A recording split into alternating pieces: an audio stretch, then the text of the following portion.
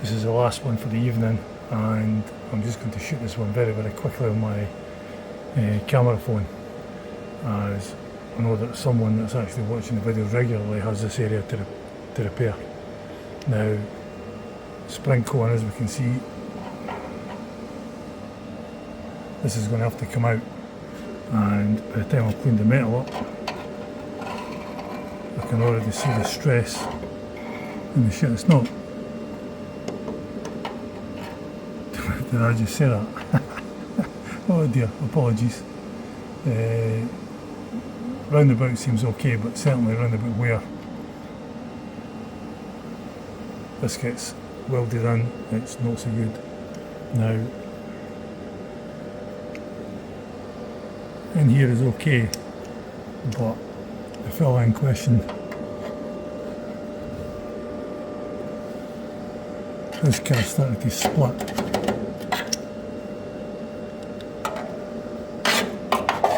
Along that seam which is here.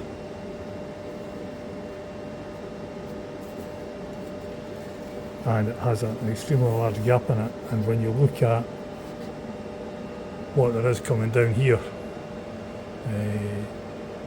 structure wise, to box it in on top of what's inside, the top of it's there, it attaches to the bottom, it's a fair bit of shell movement for this bit on the inside to actually move. Now I'm going to go and tilt the shell and point to the area inside where that actually exists. Just give me a moment.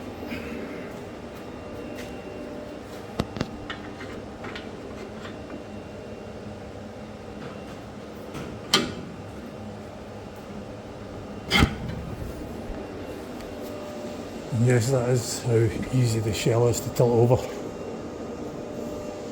I'll use my